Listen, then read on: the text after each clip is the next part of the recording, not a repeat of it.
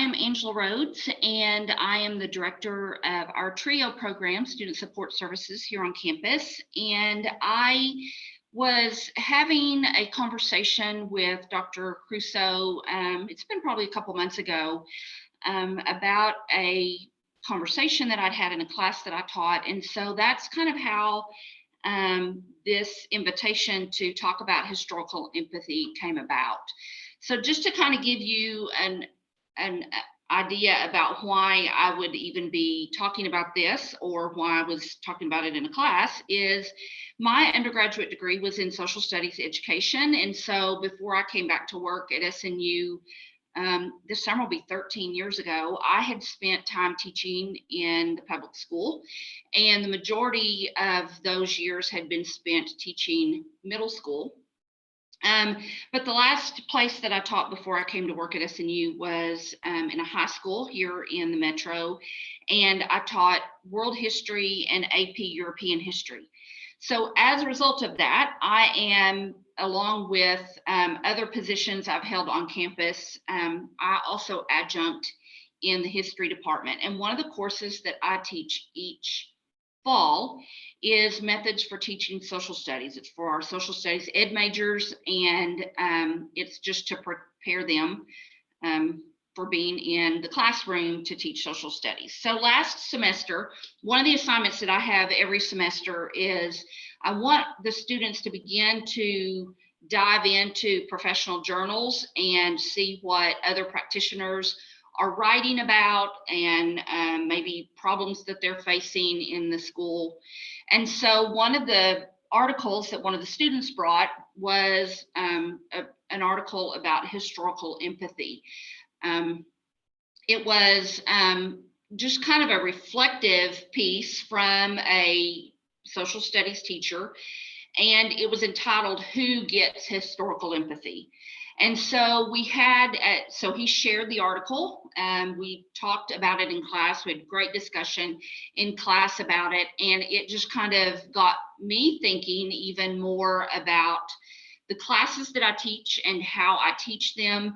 And so I began to just do more reading and kind of exploring on my own. And so that's where we got to the point of the conversation that I had with Dr. Lena. And so she asked me to present about this.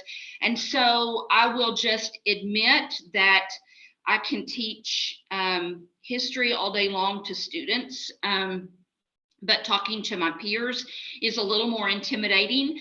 But I do believe that this idea of historical empathy is an important part of what we do as instructors, but also being aware of how we employ historical empathy in our classes. And so that's what we're going to talk about today. So we're going to start out, we'll talk first about historical empathy and what it is. And there has been some differences of opinion on what it is, and has evolved in the last several years. And then we're going to talk about then how we use historical empathy in the classroom, or who we actually listen to, who gets that empathy in our classroom. So first, just looking at what is historical empathy. So this definition comes from a peer-reviewed paper that came out in 2007. And it basically, this author defines it as the ability to see and judge the past in its own terms by trying to understand the mentality, frames of reference, beliefs, values, intentions, and actions of historical agents using a variety of historical evidence. And then goes on to say, obviously, without imposing today's values on the past. And so this idea that we want students to be able to look at primarily people and the decisions that they made, but to look at them through the lens of where they were living is a very, very important part of the way that we teach history. And I would just interject, as a practitioner myself, I feel like that just kind of becomes the way that we teach. We try to help students to see that. And sometimes we might not even actually use the term historical empathy. But as a result of this studying that I have done the last few months, I believe that saying historical empathy, telling them what we are doing, is also part of what we should be doing as we teach this. So, problems with the term. So there are lots of different definitions for historical empathy. There is some concern because maybe the way that we look at empathy, at least in psychological terms, is different than maybe what a practitioner in history would look at. And so there's not a lot of consistency. If you just Google the term historical empathy, you'll get lots of different ideas. And so that is a problem in and of itself. It's just that term. What do we actually mean by that? And some actually, because of that, some of the researchers, I'm going to then skip down to the third point there, some researchers are actually looking at this as merely cognitive.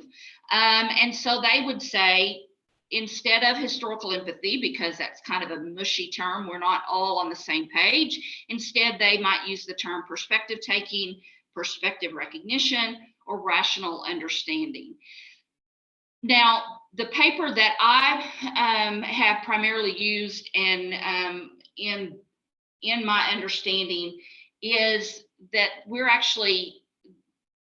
we need to go a little further than that. Those terms are not, while yes, part of historical empathy, there's actually more to it than that. Some also misunderstand this as sympathy, which is, that you sympathize with these historical agents or people, and because of that, you are going to have a positive attitude toward the event, toward the person, etc. That is incorrect. That is not what we're asking our students to do. That is not actually historical empathy. Sometimes, or we are going to be hoping that they can have empathy in a way that they still, maybe these things that have happened still are grotesque, still cause them maybe a disquiet because of what people have done in the past.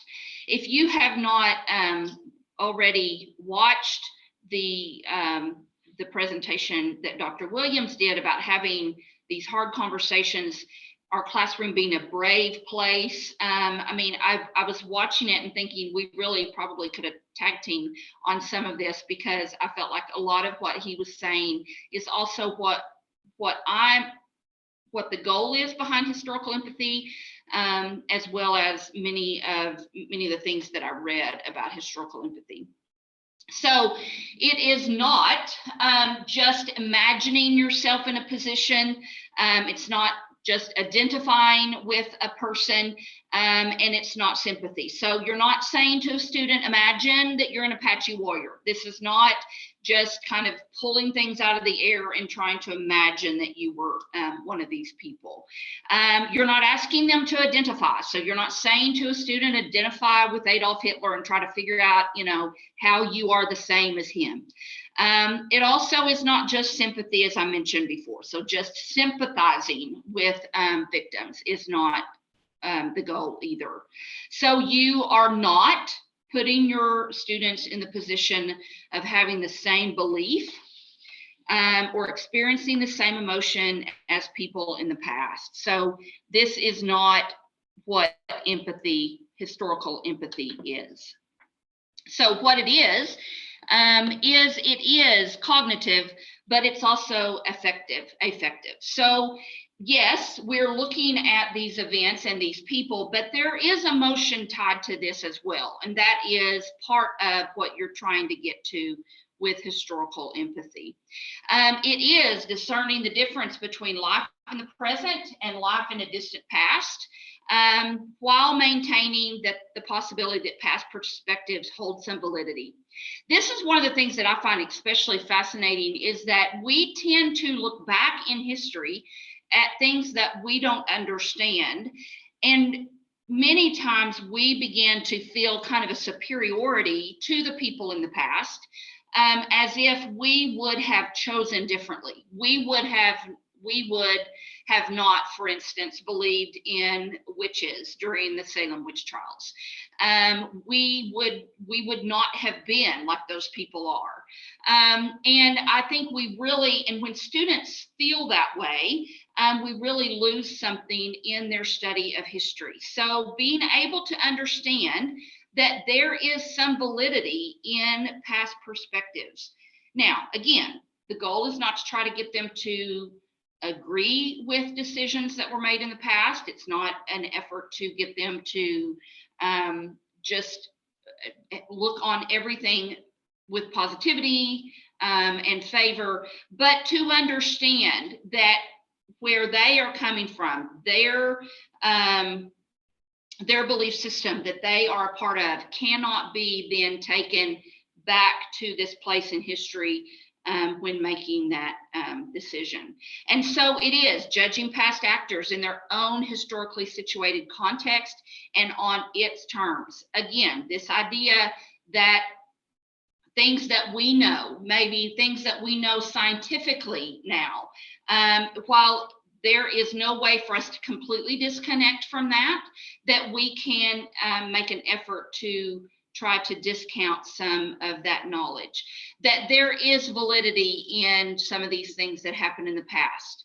And then it's also rooted in an understanding of context and an analysis of evidence. This is not about feeling. This is not about how you think someone felt. There is true historical empathy is grounded in context. It's grounded in evidence. It's grounded in being able to study about these people and about these events and the context in which they lived.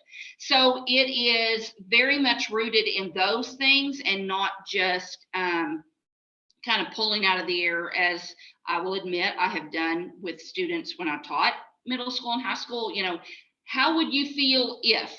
That is not the goal here. So why teach historical empathy? I think one of the things that really struck me as I was reading more and more about historical empathy and about some of the examples that teachers, current practitioners in the classroom were expressing was this idea that we have students who come to us with very misguided, perhaps, I would say wrong ideas about history, and we can't just argue them out of that belief. I think about it in terms of the students that we have in class today who come from all different walks of life, all different parts of the country and the world, and they may have been taught, whether in their school district or what, maybe it was conversations at home, things that I, as a historian, would say are not factually sound. And so when we work on historical empathy, rather than telling a student, you know, you're wrong about that, we are kind of helping them discover what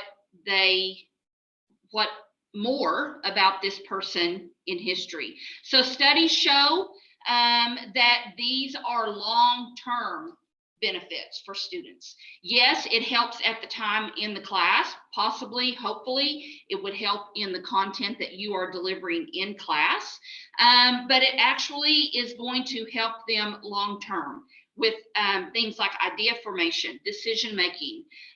It's going to hopefully help them be more aware of the world around them and how it relates to history.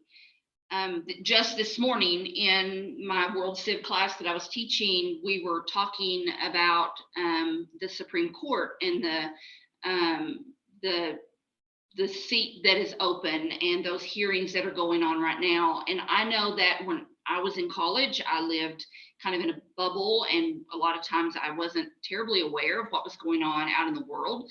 But I was encouraging them to, like, be aware of that. This is a really cool thing that's happening in our history. And so helping them to understand the needs around them, what's going on around them, and then be able to respond to those needs, to have the agency to respond to those needs. And then it also is going to be encouraging them to accept these perspectives, the perspectives of the historical figures, as valid. They aren't just uneducated people. They aren't just people who, we are now so much smarter than them. Being able to try to understand and see the validity in those decisions. So again, kind of looking back at the presentation that Dr. Williams did about the brave spaces and the hard things that we are teaching in our classroom. That is why historical empathy is important. It is important for students to learn to look at these decisions and see them as valid. So this understanding of historical empathy that I'm talking to you about has actually 3 parts. Any of these would be great facilitators of learning history, but it's when all 3 come together that you're actually going to get historical empathy. So historical contextualization. Students have to know about the time period in which they are supposed to be experiencing this empathy. They need to know about events leading up to it. They need to know about what the situation was at the time. They need to really as much information as you can get for them to help them conceptualize or contextualize the time period that they're looking at will help with this. The next part is perspective taking. Again, trying to look at this perspective that this historical agent or this person had, and then the affective connection. How, do you have something in your life that, while not the same, maybe you can tap into a feeling that you had about that. And so these are the parts of basically what you would be teaching when you're teaching historical empathy. First of all, the introductory phase. So it's introducing this person, this event in history, just to kind of let them know kind of background. And the introductory phase is probably the shortest of these 4. But it's getting them interested. It's the initial introduction of this event or person that you would like them to study further. Then the investigation phase. That is the one that probably we would need to spend the largest amount of time on. And in this, you want to use as many primary source materials as you can. This is not just, and sometimes, and we're going to get to that in a minute, sometimes you maybe are not able to read what this person was thinking or feeling. If it's a famous, particularly white man, you might be able to find things that he experienced or things that he wrote down that he was feeling. Sometimes you might even have diaries or whatever of women as well. But you're going to go even further with that. The investigation phase, where you're like looking for maybe records from the time, birth and death records, or just things where you can draw conclusions from these primary sources. So the investigation phase, if you were trying to put together a specific assignment to where you were going to practice historical empathy, you would want to gather as many primary sources as you could. Then the third one is the display phase. So that is where you're actually going to show what you have learned, how you experienced some empathy toward this person or place, or event. And so there are several different ways to display that knowledge, and we're going to talk about some of those in a minute. But that is going to be basically, a teacher is going to be able to try to see, did they get it? Is this student actually experiencing historical empathy? And then the reflection phase is going to take that even a little bit further, where you are starting to possibly understand this person in history, and then you are going to try to connect it to something in today's world. So, you're tying together how might what you've now learned about Chinese immigrants during the gold rush, how then do you see how what you've learned there do you see how today's people's opinions about immigration were impacted, that type of thing. So you're taking what you have learned then from the past, and you're trying to take it and tie it towards something, or tie it to something in today's world. Now, so that's just kind of generally, you could spend, people do tons of research on historical empathy, so we could actually spend a lot more time just talking about what it is. But what I want to do now is I want to shift and talk about who gets historical empathy. A lot of times we talk about historical empathy because we want to be able to teach students about events, and in today's political climate, we even want to be careful that we don't offend too many people or whatever. And so we, in this endeavor to experience or teach historical empathy, as we're going a little bit deeper, much of the time though, we're giving this empathy to the same type of person. So when you are looking at what you're teaching, you want to look at who gets empathy. Who am I asking students to empathize with? And if we're not careful, it's very easy, because if we're using textbooks, or what I find in the courses that I teach, which are survey level courses, many times you're trying to get through a lot of information in a semester, and so to dive very deep, it seems like you don't really have the time for it. And so it gets to the point where you realize, okay, the only people that are getting empathy in here are the leaders. They're the white males, they're the conquerors, etc. And so if we really want to teach historical empathy, and we really want to make a difference in the way students see history and things in the past, we need to be sure that we are trying to give empathy to other types of people. So when we're using the primary sources, are we only using the ones that are easily accessible? I will just admit, being able to find more of these kinds of sources takes a little bit more time, because a lot of the ones that we ignore are the ones that we have to dig to find. And so if you're only using the ones that are readily available, then again, you're probably only giving empathy to the same type of people over and over and over.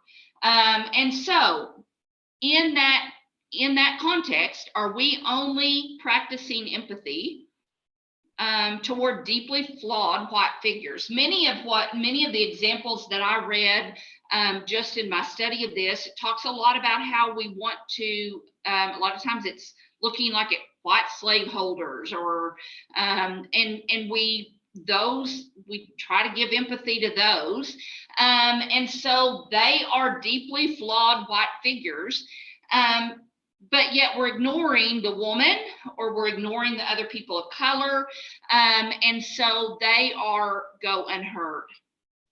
And so I would then challenge you when you're looking at historical empathy to take a survey. I think it was in last faculty meeting that Dr. Weaver was talking about how she had created this great course and all these writers from all these different areas, but then she realized that she had not had women writers. So we have to be very careful that we are looking at who we're giving empathy to, who we are actually highlighting in our studies of history. So I have some suggestions for ways to bring new voices to the discussion. A lot of this is just time. And again, as someone who only teaches as adjunct, and I work a full-time job managing the grant, I find that sometimes I have to caution myself not to just go with the easy primary sources that I can easily find, but actually look harder. So looking for primary sources from people of color, from religious minority groups, or less favored groups of immigrants. And so many times our students are looking to see who we are bringing into the conversation. They are understanding how we feel about them in their identity based on who we're bringing into the conversation as we study history. And so I have some examples that I have found just here. The first one is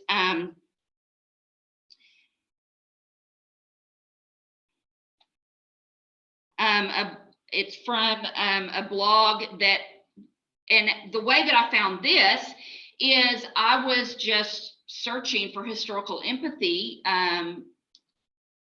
items, and I think it was an assignment. It was a class plan or a lesson plan for fifth graders. And so a lot of times what we have to do is we have to take what we can find, maybe with some ideas, and then go from there. So maybe you can find a lesson plan that is something that's of interest to you, and then you take it and you develop it for students in the level that you're teaching. So this is Chinese poetry that has been found. It was, in, where did we go? In Angel Island, which was an immigration station, which is where the Chinese immigrants were entering the United States. And these were poems that were carved on the walls of the immigration station. And so we know that these are only males because the women's barracks actually burned. So whether or not there were women writing poems on the walls of their barracks or not, we don't know. So these are just male poets, but we can see that we have pictures of the immigration station, as well as an immigrant being measured and all that kind of thing. And then the poems that they wrote, these are their words. This is a primary document because it is the words of the people who were in these barracks. This next one is a Time magazine article, which was an interview with one of the Little Rock Nine from the integration of Little Rock Central in 1957. And it is an interview with one of the students who integrated that school in 1957. This was on the 50th anniversary, so obviously years later. But again, this is her words, what she experienced in that. And then this one is probably one of my favorites because of the art that's a part of it. And this is when I first started talking about this. I have to give credit for where this came from. I was telling Kim Roosevelt about the conversation I'd had in my class And she said, we were just looking at this art in one of her classes. And so she shared it with me. I did a little bit more kind of digging about it. But what it is you can see this painting here. And it is hanging in the Yale Center for British Art. And it was caused, as you might expect, some distress to students because of the fact that there is in the background there is a slave boy who you can, this is kind of a close-up on him, and you can see that he is wearing a collar with a padlock on it, and it is, he is painted into this painting with one of the kind of founders of Yale, as well as some of his family. And so in the article, the art historian was like, this was really not a very important painting by not a very important artist, but it caused some dismay with students, as you can expect. And so they took that painting down and replaced it with a painting that was, and hang on, I'm gonna go back to this. And you can see it's by an artist called Titus Kaffar, and he entitled it Enough About You, where basically he takes this painting and crumples it up and then focuses in on this young slave boy. He has removed the collar from his neck and the collar and the padlock. He's kind of changed kind of the direction that he's gazing, more kind of a defiant type look. And so they took this painting down off of the wall at the Yale Center for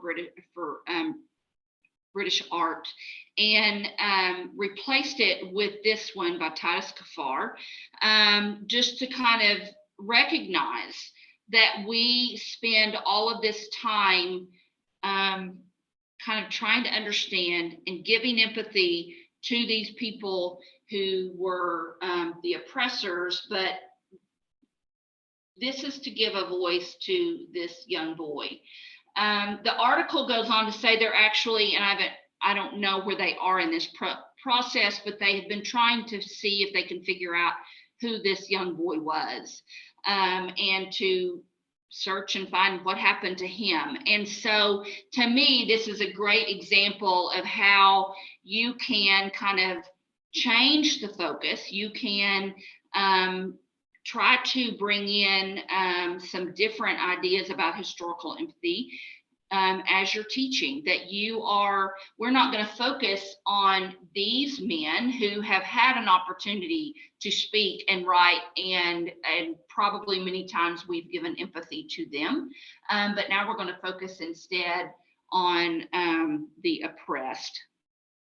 So after you have kind of worked to bring students into this place of historical empathy, then the types of assignments that you could use to kind of gauge their understanding, always any type of writing, historical writing. So having them write a third-person essay about this person that they have now studied and to try to understand. Sometimes you can use first-person writing assignments. Sometimes students, though, you have to be careful. Sometimes students with first-person writings want to kind of start to invent things. And remember, these are based upon, as much as possible, these are based upon factual things. You can have a structured debate between students in trying to understand how people would have thought. A role play activity, or a debate where people actually take on a persona of one of these characters, or not characters, but historical agents. Poetry assignments, such as the I Am poems, or other types of biographical poetry. You can do a hot seat interview in which a student is actually in the hot seat and other students can interview them and ask questions to see kind of what they think these agents would have answered. And then finally, bring it home to today. Try to tie it in with something about today. Help them to understand that these things, these events, these people have been impactful and have impacted the way that we see the world today. And so these are all examples of assignments that I am planning to try to use, especially in my U.S. History 2 course that I teach in the fall to freshmen, to begin to try to have conversations with students, in particular, students who may come from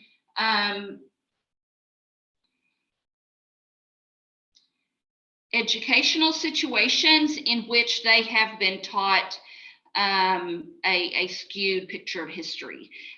There are, again, in trying to kind of cull down what I wanted to share today, I mean, I have found all kinds of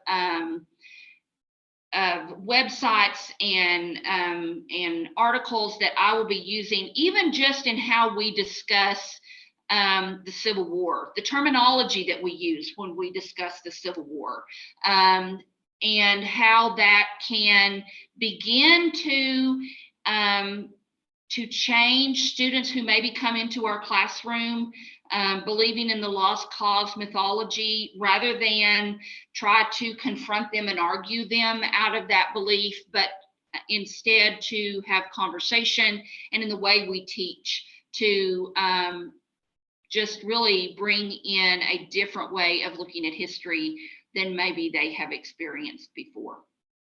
So that is the end of my presentation. I feel like I've been teaching history for, goodness, almost 30 years. But I still feel like there is so much to learn, especially as I try to become more aware of the diversity in my classroom, the diversity in the way that I teach, and really my responsibility and in how we impact students and their understanding of history.